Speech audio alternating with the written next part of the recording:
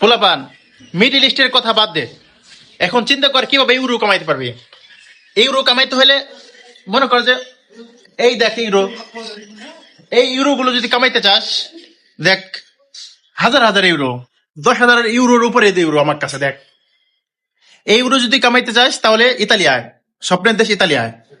যদি স্বপ্নের দেশ ইতালিতে আসতে পারিস তাহলে অবশ্যই অবশ্যই তুই কোটি কোটি টাকা ইনকাম করতে পারবি। কত টাকা লাগবে দেখছিস? টাকার অভাব নাই।